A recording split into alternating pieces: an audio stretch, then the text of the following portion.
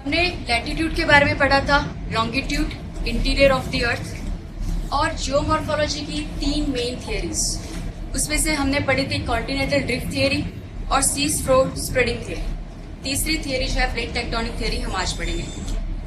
Recap में latitudes के बारे में हमने देखा था, latitudes are nothing but imaginary horizontal line on earth. उसकी फॉर्मल डेफिनेशन हमने दी थी।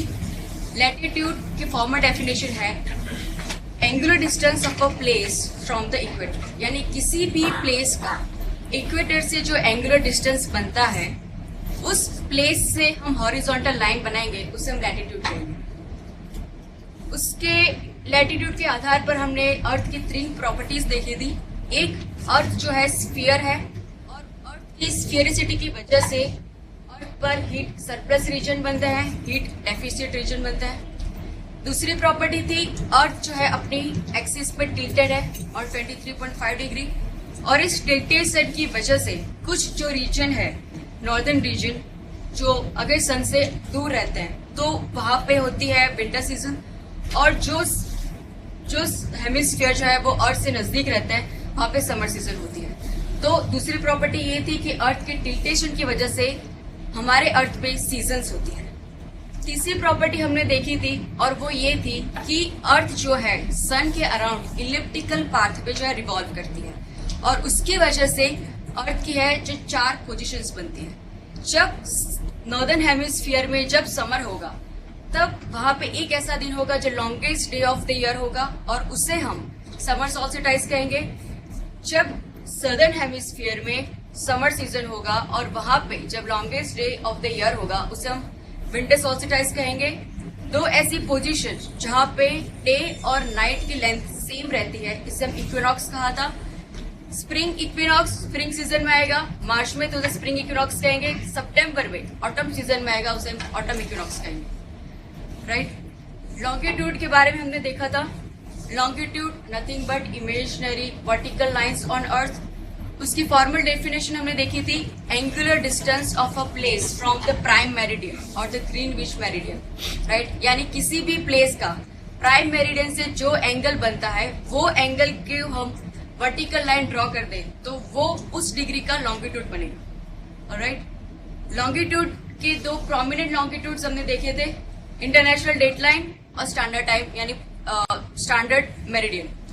इंटरनेशनल डेट लाइन में हमने देखा था कि कैसे इंटरनेशनली जो है डेट मैनेजमेंट होता है वर्ल्ड में। इंटरनेशनल डेट लाइन को हम वेस्टर्न साइड पर अगर हम क्रॉस करते हैं तो हमारा एक दिन लॉस होता है, और हम ईस्टर्न साइड पे क्रॉस करते हैं तो हमें एक दिन गेन होता है। राइट, हमने देखा था कि कैसे ग्रीनविच मेरिडियन से हम इंटरनेशनली जो है टाइम का मैनेजमेंट करते हैं। किसी भी देश का उसका स्टैंडर्ड मेरिडियन चूज होता है, फिर उस स्टैंडर्ड मेरिडियन से ग्रीनविच मेरिडियन का डिस्टेंस कैलकुलेट करके वहां पे उस कंट्री का जो है स्टैंडर्ड टाइम मिलता है। राइट, हमने ये भी देखा था कि हमारा जो नॉर्थ ईस्टर्न जो रीजन है उसका जो नेचुरल टाइमिंग है वो हमारे स्टैंडर्ड मेरिडियन से 1 घंटे आगे है, और इसीलिए यहाँ पे उनके अलग टाइम जोन, चाय बागान टाइम जोन की डिमांड रहती है। हमने इस इश्यू को देखा था, अभी तक गवर्नमेंट ने उनके डिमांड को अप्रूव नहीं किया है। राइट, हमने पूरा चाय बागान इश्यू इस हिसाब से देखा था। नेक्स्ट हमने देखा था इंटीरियर ऑफ द अर्थ। हमने देखा था कि काफी सारे एविडेंसेस थियरी स्टडी करने के बाद सबसे रिलायबल स्टडी थी सिस्मिक वेव स्टडी की। प्राइमरी वेव्स और सेकेंडरी वेव्स को जब इस तरह से प्रोपोगेट किया गया तब हमें पता चला कि अर्थ का जो है पूरा इस तरह से इंटीरियर हमें मिला है। हमें पता चला पी वेव और एस वेव के प्रोपोगेशन की वजह से हमें पता चला कि जो फर्स्ट लेयर है अर्थ का beneath this continental and oceanic crust जो था ब्रिटल एंड सॉलिड लिथोस्फियर, उसके नीचे का जो लेयर था वो सेमी मोल्टन था, सेमी प्लास्टिक, सेमी लिक्विड में सेमी सॉलिड कह सकते हैं। उस लेयर को हमने एस्थेनोस्फीयर कहा। उसके बाद का जो था वो मेंटल था, वो एस्थेनोस्फीयर से उसके रॉक ज्यादा डेंसर थे, ज्यादा हैवियर थे, ज्यादा सॉलिड थे। उसके बाद इस लेयर में जिसे हम आउटर कोर कहते हैं वहां पे जो एस वेव था, सिस्मिक वेव, सेकेंडरी वेव, वो पास नहीं हो पाया, इसलिए हमें पता चला कि आउटर कोर जो है हमारा लिक्विड है। उसके बाद इनर कोर जो है वहां पे पी वेव की स्पीड सबसे ज्यादा हो गई, इसलिए हमें पता चला कि पी वेव ये जो इनर कोर है वो सॉलिड है, राइट। तो इस तरह से सिस्मिक वेव स्टडी से हमें इंटीरियर के लेयर्स के बारे में पता चला। उसके बाद क्रस्ट पे मिलने वाले 3 मेन टाइप्स ऑफ रॉक्स के बारे में हमने जाना और उनकी साइकिल के बारे में जाना। 3 मेन टाइप्स है, इग्नेसियस रॉक, मेटामॉर्फस रॉक और सेडिमेंट्री रॉक्स। हमने देखा कि किस तरह से मैग्मा का सॉलिडिफिकेशन और कंडेंसेशन होके इस तरह से इग्नेसियस रॉक बना, और यही इग्नेसियस रॉक अगर फिर से अर्थ के इंटीरियर में चला जाता है तो इंटेंस प्रेशर और टेम्परेचर कंडीशन में उसका पूरा केमिकल कंपोजिशन चेंज हो जाता है, और इसे उस रॉक को हम कहेंगे मेटामॉर्फस रॉक। फिर ये मेटामॉर्फस रॉक और दोनों ही रॉक, इग्नेसियस रॉक, अगर अर्थ के सरफेस पर आएंगे थ्रू अपलिफ्टमेंट या इरोजन एक्सपोज होते हैं, तब उनका होता है इरोजन। इरोजन होने की वजह से इन रॉक्स जो है वो ब्रोकन अपार्ट हो जाएंगे, उनका कन्वर्जन रॉक में से स्टोन, पेबल्स और सैंड के ग्रैन्यूल्स में हो जाएगा। ये सैंड के जो ग्रैन्यूल्स है लेयर बाय लेयर इकट्ठे होते जाएंगे। बॉटम लेयर जो है, ऊपर की जो लेयर उसका वेट जो महसूस करेगा, उसकी वजह से नीचे का लेयर जो है वो कंप्रेस्ड होता जाएगा, कंपैक्ट होता जाएगा, और वो सॉइल का जो है स्टोन बन जाएगा, जिसे हमने कहा था सेडिमेंट्री रॉक्स, राइट। तो इस तरह से पूरी रॉक्स की साइकिल चलती है, फ्रॉम इग्नेसियस टू मेटामॉर्फस टू सेडिमेंट्री, ठीक है। वो हमने लास्ट टाइम देखा था। हमने तीनों रॉक्स की प्रॉपर्टीज भी देखी थी, तीनों की क्या प्रॉपर्टीज होती है। सेडिमेंट्री रॉक्स में सिर्फ फॉसिल पाए जाते हैं, इग्नेसियस रॉक और मेटामॉर्फस में फॉसिल एविडेंसेस नहीं होते, राइट। हमारी main 3 theories, continental drift theory, sea floor spreading theory और plate tectonic theory. Continental drift theory हमने देखा था वैगनर, अल्फ्रेड वैगनर जो था वो दुनिया में सबसे पहले था जिसने ये कहा कि कॉन्टिनेंट्स जो आज जिस जगह पे है वो पहले वहां पे नहीं थे। वहां पे अर्थ पे सबसे पहले एक पेंजिया करके बड़ा सा एक सुपर लैंड मास था, सुपर कॉन्टिनेंट था, और एक ही ओशन था, पैंथालाजा। और अराउंड मिड मेसोजोइक एरा के दौरान ये जो पूरा लैंड मास था उसमें टुकड़े हो गए, इट वॉज ब्रोकन अपार्ट, और उसके टुकड़े अलग अलग जगह पे ड्रिफ्ट अपार्ट हो गए, आज जिस पोजीशन पे पहुंचे वहां पे पहुंचे। तो ये सबसे पहली बात जो है वो अल्फ्रेड वैगनर ने बताई थी, राइट। उसने और भी बताया था कि जो कॉन्टिनेंटल मास है वो सियाल का बना है, ओशनिक पार्ट है सीमा का बना है, और कॉन्टिनेंटल पार्ट जो है वो ओशनिक पार्ट पे फ्लोट करता है। लेकिन ये जो पूरी थियरी थी अल्फ्रेड वैगनर की, उसने काफी सिर्फ डिस्क्राइब किया है। उसने ये बताया कि कॉन्टिनेंट्स पहले टुकड़े हुए, अलग अलग जगह पे पहुंचे, लेकिन इसके सिर्फ उसने एविडेंस दिया है कि उसको प्रूव करना था कि ऐसा हुआ था। लेकिन उसके पीछे जो फोर्स था, क्यों ये सारे लैंडमासेस टुकड़े हुए, क्यों अलग अलग जगह पे उन्होंने ट्रैवल किया, ये वो मैकेनिज्म जो था उसके पीछे का वो एक्सप्लेन नहीं कर पाया। मैंने लास्ट लेक्चर बताया था कि जब उससे बहुत प्रेशर बना कि आप बताइए कि क्यों ये सारे लैंडमासेस अलग अलग जगह पे ट्रैवल किए, तब उसने बताया कि शायद gravitational pull of sun and moon जो है उनके पुलिंग की वजह से शायद ही लैंडमास का टुकड़े हो गए और अलग अलग जगह पे पहुंचे।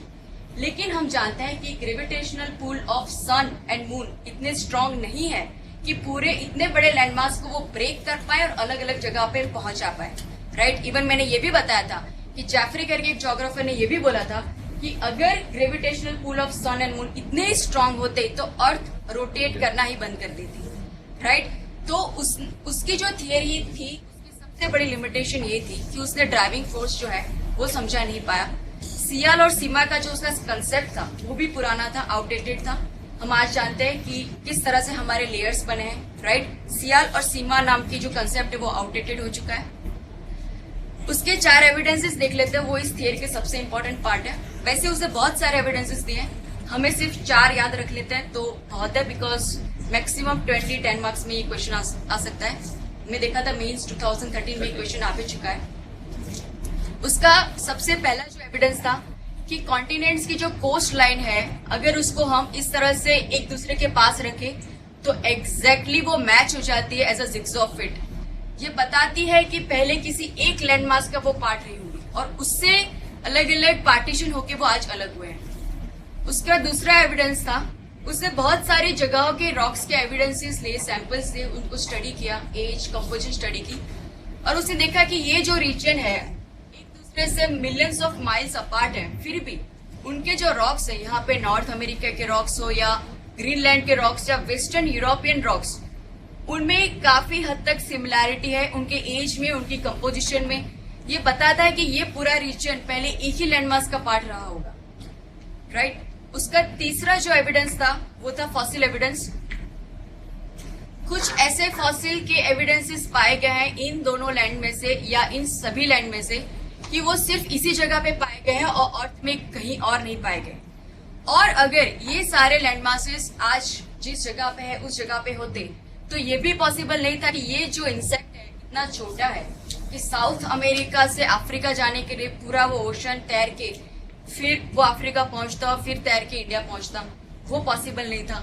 दूसरी चीज ये भी पॉसिबल नहीं थी कि ये जो सारे फॉसिल एविडेंसेस, जो इंसेक्ट है, जो भी ऑर्गेनिज्म है, उनका दोनों ही लैंड पे एक ही साथ एक ही तरह का इवोल्यूशन भी होना एक ही टाइम पे, ये भी पॉसिबल नहीं है। इसीलिए ये जो सारे फॉसिल जो पाए गए, यानी कि ये ऑर्गेनिज्म पहले इसी लैंड पर रहते होंगे और ये पूरा जो लैंड है एक ही लैंडमास का पार्ट रहा होगा और इसीलिए उनके ट्रैवलिंग पाथ हमें इस तरह से मिलते हैं, राइट।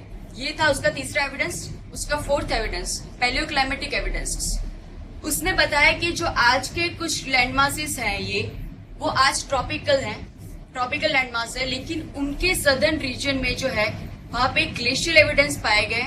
वहां पे एक टाइम पे जो है ग्लेशियर्स हुआ करते थे।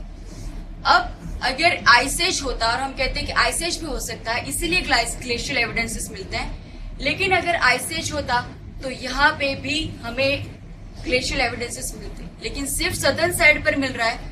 उसका मतलब ये है कि ये जो पूरा लैंडमास है कभी ना कहीं वो सदर्न पोल के पास में रहा होगा और इसीलिए यहाँ पे पुराने यानी पैलियोक्लाइमेटिक एविडेंसेस यहाँ पे मिल रहे हैं, राइट। तो ये चार एविडेंस के आधार पर वैगनर ने ये कहा कि एक सुपर लैंडमास था पेंजिया, उसके टुकड़े हुए और अलग अलग जगहों पे जो आज हम हमारे कॉन्टिनेंट्स देख रहे हैं, हमारा वर्ल्ड मैप जो है वो आज इसी वजह से बना है।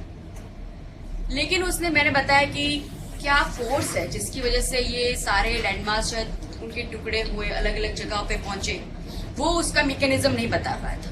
वो मैकेनिज्म बताया आर्थर होम्स ने। उसने बनाई कन्वेक्शन सेल थियरी। उसने ये कहा कि जो हमारी क्रस्ट है या लिथोस्फीयर है उसके नीचे जो हमारा मेंटल है, मेंटल के अंदर इस तरह के कन्वेक्शन सेल बनते हैं। ये कन्वेक्शन सेल और कुछ नहीं बट मॉल्टन रॉक्स है जो इस तरह से जो है वो मूव करता है लाइक अ सेल। और इन सेल की अगर राइजिंग लिम्ब है, वो राइजिंग लिम्ब इस हमारा जो ये लिथोस्फीयर का जो क्रस्ट है उस क्रस्ट को इस तरह से वो प्रेशर करेगी कि इसको जो है एक दफा उसको ब्रेक कर देगी, राइट। और ये इसके जो डाइवर्जिंग लिम्ब्स है वो डाइवर्जिंग लिम्ब्स उस कॉन्टिनेंट को या उस क्रस्ट को दूर ले जाएंगे एक दूसरे से। तो वैगनर ने जो कहा कि अलग अलग लैंडमास जो है वो एक दूसरे से टूटे कैसे, दूर कैसे हुए, तो उसने ये बताया कि because of this convection cell जब भी नीचे होता है उसके ऊपर की क्रस्ट जो है वो ब्रेक हो जाती है और उसके डाइवर्जिंग लिम्ब की वजह से वो क्रस्ट जो है वो एक दूसरे से दूर हो जाएगी। और उसी कन्वेक्शन सेल का जो कंप्लीशन जहां पे होता है यानी कि ये डिसेंडिंग लिम्ब्स जो है उसके ऊपर की क्रस्ट को एक दूसरे से नजदीक लाती है। उन दो क्रस्ट के बीच में कोलिशन होता है, जैसे इंडिया और यूरेशिया का कोलिशन हुआ। इस तरह से कोई भी क्रस्ट जो है अगर वो डाइवर्ज हो रही है तो उसके नीचे होगी rising limb of connection cell. अगर कोई भी प्लेट एक दूसरे से नजदीक आ रही है तो उसका मतलब है उसके नीचे होगी descending limb of connection cell, right. तो ये कन्वेक्शन सेल थियरी से आर्थर होम ने, जो वैगनर ने नहीं बता पाया था, वो ड्राइविंग मैकेनिज्म जो है उसने बताया। हमारी थियरीज का सेकंड पार्ट जो था सी फ्लोर स्प्रेडिंग थियरी। हमने देखा था कि 1950s में जो ओशनोग्राफर्स या जोग्राफर्स ने ये ओशन मैपिंग की, तब ओशन के कई सारे लैंडफॉर्म्स उन्होंने स्टडी किए और उन मैपिंग के दौरान उनके सामने 3 क्वेश्चन सामने आए थे जो उनके आंसर उस टाइम पे वो नहीं दे पाए थे। फर्स्ट क्वेश्चन ये था, जब उन्होंने ओशन के सारे रॉक्स की एज उन्होंने स्टडी की तब उन्होंने जाना कि किसी भी ओशन का कोई भी रॉक मिड मेसोजोइक एरा से पुराना नहीं है। मिड मेसोजोइक एरा यानी वही एरा जहां पेंजिया जो है वो ब्रोकन अपार्ट हुआ था। इसका मतलब ये है कि उससे पहले का ओशन क्रस्ट हमारे आज वर्ल्ड में अवेलेबल नहीं है। अगर नहीं है तो क्यों नहीं है?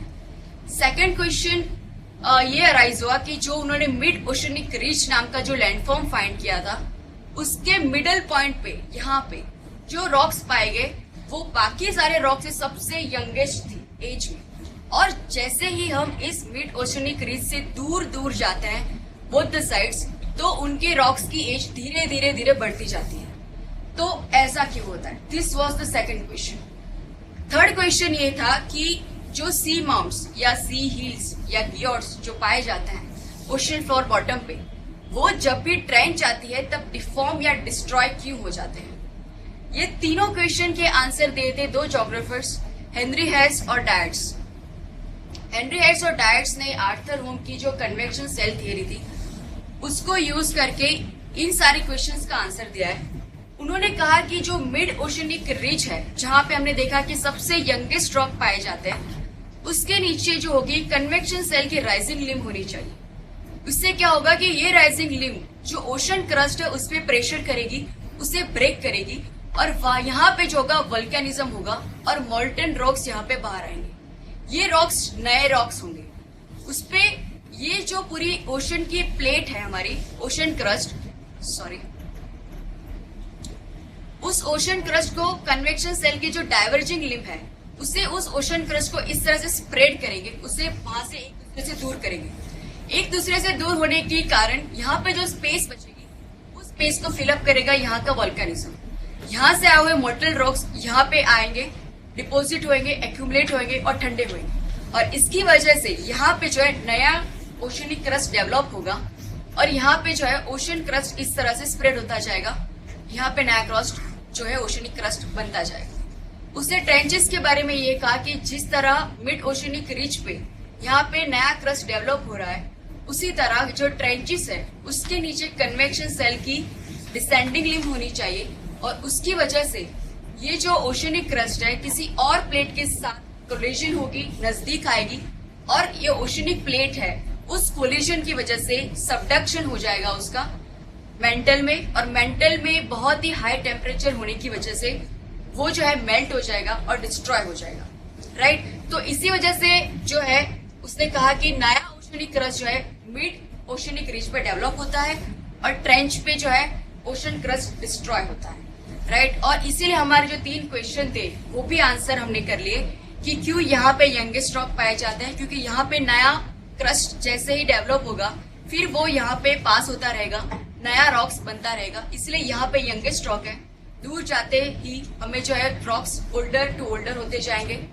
ट्रेंचेस पे पूरी जो प्लेट है सबडक्ट हो रही है, इसलिए यहाँ पे अगर कोई भी माउंटेन है, सी हिल्स है, तो वो इस प्लेट के कोलिजन के कारण, नीचे प्लेट जब जाती है तब उसकी कोलिजन के कारण वो डिस्ट्रॉय हो जाते हैं, राइट। और ये पूरी ओशन क्रस्ट की जो साइकिल है it is around 300 billion years, यानी कि एक अगर नई प्लेट जो है यहाँ पे क्रिएट होती है उसे पूरा डिस्ट्रॉय होने के लिए अराउंड 300 बिलियन ईयर्स का टाइम लगता है, राइट। और इसीलिए मिड मेसोजोइक एरा जो है वो अराउंड 300 बिलियन ईयर्स पुराना है। तो उससे पहले की जो ओशनिक क्रस्ट है वो इस तरह से यहाँ पे डिस्ट्रॉय हो चुकी है, इसीलिए आज हमें कोई भी ओशनिक क्रस्ट 300 बिलियन ईयर्स या मिड मेसोजोइक एरा से पुरानी नहीं मिलती। तो इस तरह से हेनरी हेस और डायट्स ने जो क्वेश्चंस उठे थे सीज फ्लोर स्प्रेडिंग और सीज फ्लोर मैपिंग के दौरान वो उन्होंने आंसर किए। अब हम चलते हैं हमारी मेन और last theory, plate tectonic theory. This is the most important theory of geomorphology.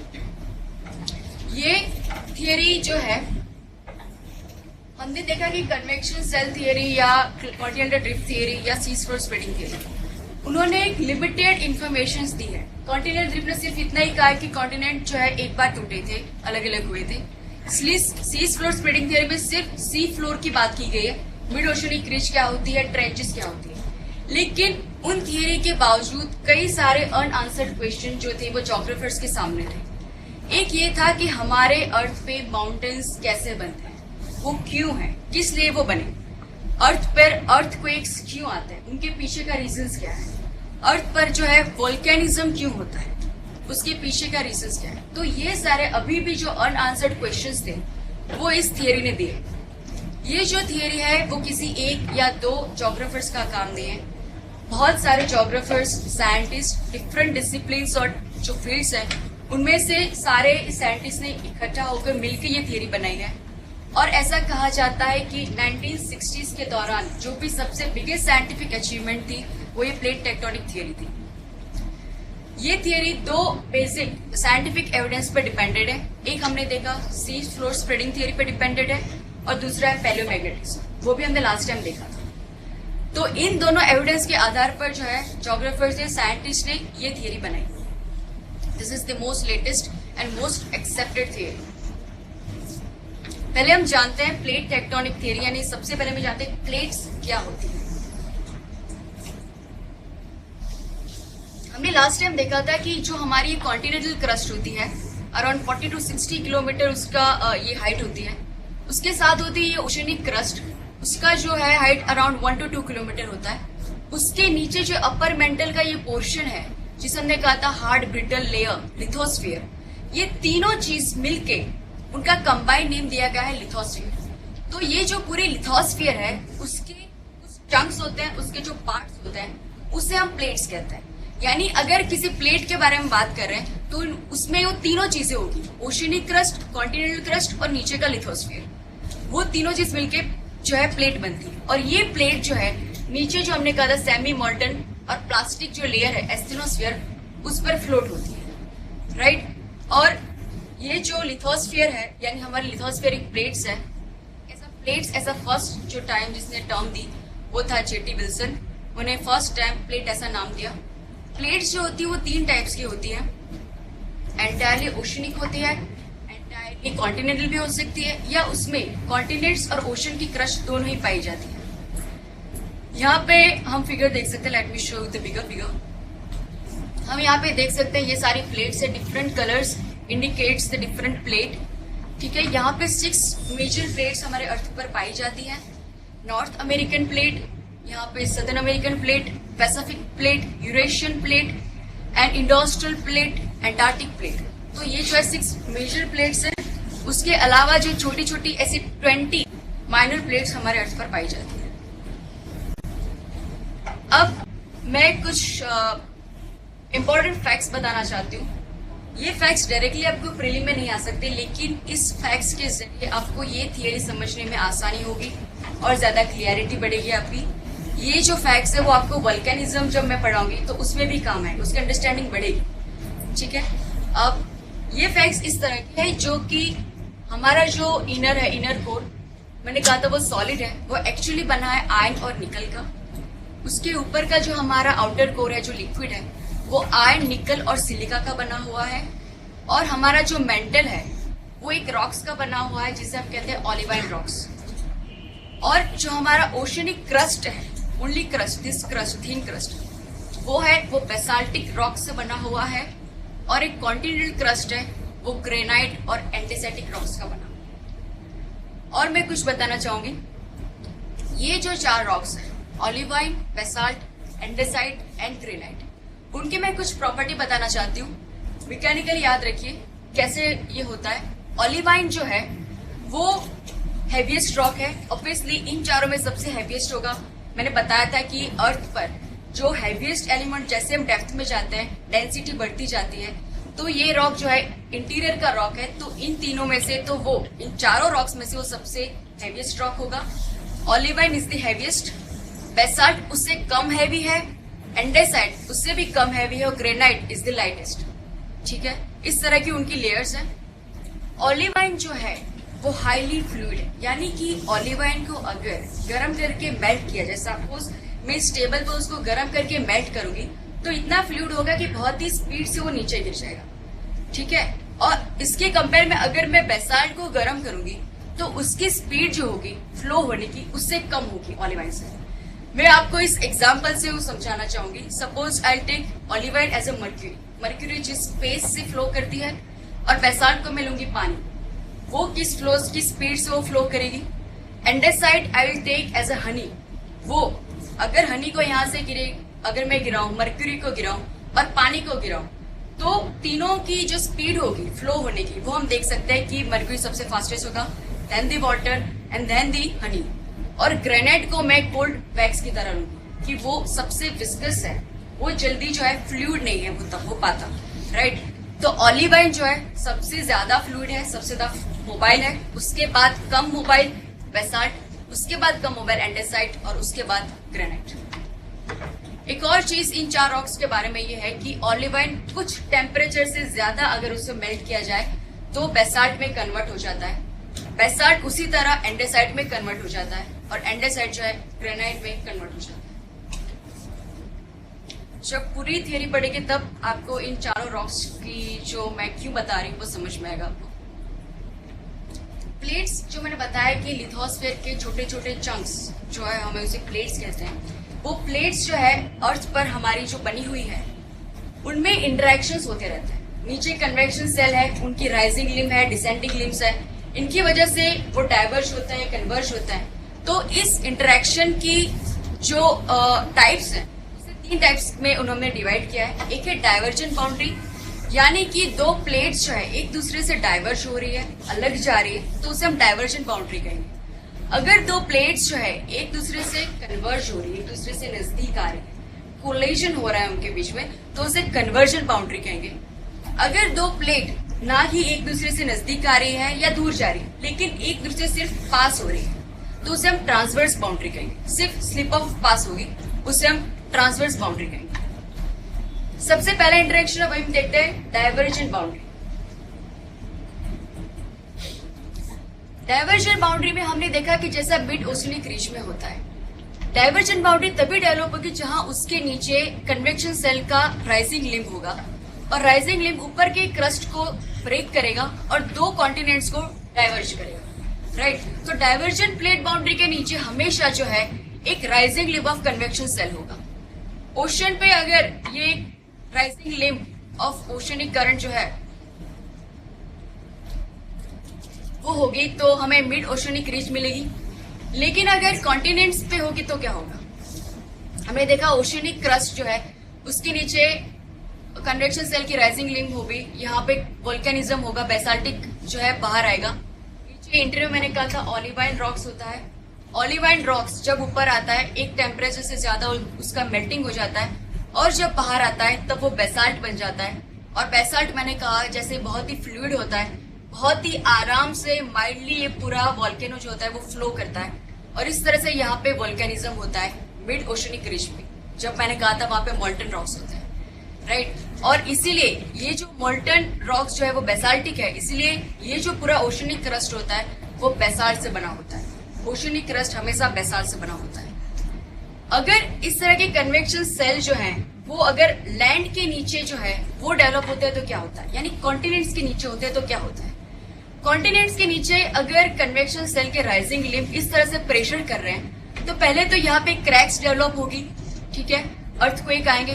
फिर यहाँ पे वो कन्वेक्शन सेल और भी ज्यादा एक्टिव रहा तो वो कन्वेक्शन सेल जो है उसको इस तरह से हमारे कॉन्टिनेंट्स को डाइवर्ज करने का ट्राई करेगा, 2 पार्ट्स में डिवाइड करने का ट्राई करेगा और बीच में जो है इस टेंसाइल फोर्स की वजह से बीच में जो है एक डिप्रेशन क्रिएट होगा और इस डिप्रेशन को हम कहेंगे रिफ्ट वैली, ठीक है। ये जो है उसका दूसरा स्टेज। तीसरे स्टेज में ये होता है कि अगर कन्वेक्शन सेल अभी भी एक्टिव रह रहा है तो ये पोर्शन था वो भी कट हो जाएगा और 2 कॉन्टिनेंट्स एक दूसरे से दूर हो जाएंगे, लाइक दिस। तो 2 कॉन्टिनेंट्स के पार्ट हो जाएंगे और बीच में जो जगह रहती है वहां नीचे का ऑलिवाइन रॉक्स फिर से बेसाल्टिक रॉक में कन्वर्ट होके यहाँ पे बेसाल्टिक क्रस्ट बनाएगा और बेसाल्टिक क्रस्ट यानी ओशनिक क्रस्ट, सीका क्रस्ट। और इसीलिए यहाँ इस डिप्रेशन में जब पानी इकट्ठा होता है this become a nascent sea. Nascent sea यानी नया नया बना हुआ सी। यहाँ पे एक छोटा सा सी या वाटर बॉडी इस तरह की डेवलप हो जाती है। फिर भी अगर कन्वेक्शन सेल नीचे का और भी ज्यादा एक्टिव रहा तो ये सी का भी जो है स्प्रेड होता रहता है क्योंकि बीच में जो बेसाल्टिक इरप्शन हो रहा है वो बन जाता है मिड ओशनिक रिज, जहाँ पे उसकी बेसाल्टिक इरप्शन होती रहेगी और दोनों तरफ से ये जो ओशन है स्प्रेड होता रहेगा, बड़ा होता जाएगा, ठीक है। तो ये कॉन्टिनेंटल क्रस्ट के नीचे अगर ये कन्वेक्शन सेल एक्टिव है तो ये होता है डाइवर्जेंट बाउंड्री में। विथ एग्जाम्पल मैं आपको बताना चाहूंगी। पहले हमने देखा 3 फेजेस हैं। रिफ्ट वैली क्रिएट होती है पहले, उसके बाद नासेंट सी यानी नया सी बनता है, उसके बाद अगर वो एक्टिव रहती है तो ओशन बनता है। फिर से इन डिफरेंट डायग्राम इस तरह के कि कन्वेक्शन सेल के डायवर्जेंट लिम्ब होती है, दो कॉन्टिनेंट्स को अलग करने का जो उनका ट्राई रहता है, उसकी वजह से बीच में जो डिप्रेशन क्रिएट होता है इस तरह का, उसे हम रिफ्ट वैली कहेंगे। ठीक है, सेकेंड स्टेज में यहाँ पे वॉल्केनिज्म बाहर आएगा, बेसाल्टिक इरप्शन, दो प्लेट्स जो है वो टूट चुकी है, अलग हो चुकी है, और बीच में ओशनिक क्रस्ट जो है वो डेवलप हो चुका है और एक नासेंट सी बन गया है। तीसरे स्टेज में इस तरह से फुल फ्लेज ओशन बनने की शुरुआत हो चुकी है।